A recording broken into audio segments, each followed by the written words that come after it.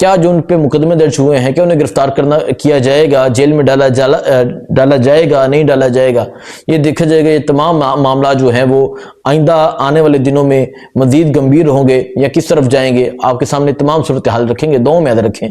اللہ حافظ۔